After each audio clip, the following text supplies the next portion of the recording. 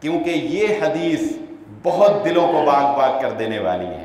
رسول اللہ صلی اللہ علیہ وآلہ وسلم نے فرمایا من کظم غیظا وهو يستطيع ان ينفذه ودعاه الله يوم القيامة على رؤوس الخلائق حتى يخيره في اي الحور شاء۔ فرمایا من کظم غیظا، جو غصے کو پی جاتا ہے، یہ ہمارے ہاں جملہ استعمال ہوتا ہے غصے کو پی جانا، کیا مطلب؟ غصے پہ کنٹرول کر لیتا ہے، غصے پہ قابو پا لیتا ہے۔ کب؟ جب کہ یستطیع ان ینفذہ، جب وہ طاقت رکھتا ہے کہ غصے کی حالت میں اس کو عملی جامہ پہنا سکے، بدلہ لے سکے۔ سیانے کہتے ہیں غصہ ہمیشہ ماڑے تے آندا ہے، غصہ ہمیشہ ماڑے تے۔ تو جب ماڑے پہ غصہ آتا ہے تو طاقتور غصہ نکال سکتا ہے نا۔ تو اللہ کے نبی صلی اللہ علیہ وآلہ وسلم کیا فرما رہے ہیں؟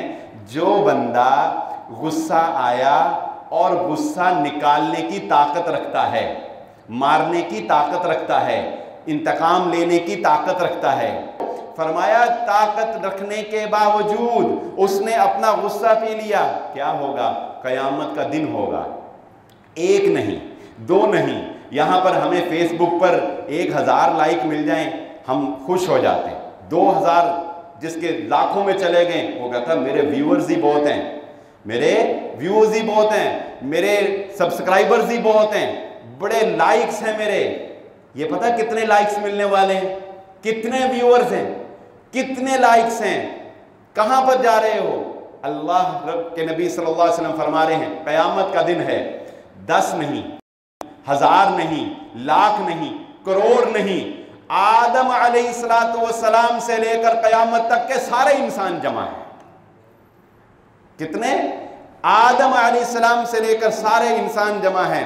دعاہ اللہ یوم القیامہ علی رؤوس الخلائق، جن بھی جمع، خلائق میں انسان بھی آگے، جن بھی آگے، جن بھی جمع، انسان بھی بیٹھے ہوئے ہیں، ساری مخلوقات بیٹھی ہوئی ہے۔ اللہ کیا کہے گا؟